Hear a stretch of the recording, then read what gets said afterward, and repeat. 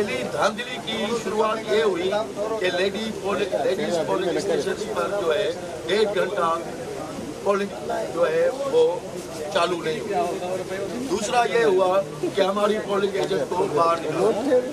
तीसरा ये हुआ कि कैंडिडेट को जो है रेंजर से रोका, उनको उतारा गाड़ी से और गाड़ी से उतार कर उसको कहा गया कि आप ये रैली की सूरत में आ जाए। मेरे साथ कोई नहीं है, मेरे साथ मैं वही कर रहा हूँ, लिया हुआ है इलेक्शन नोटिस इसका नहीं ले रहा ना। मुझे ये क्यों नहीं पूछा जा रहा कि मैं ये स्टाफ की उसका टिकट नहीं पहन सकता, ये किस कानून के तहत?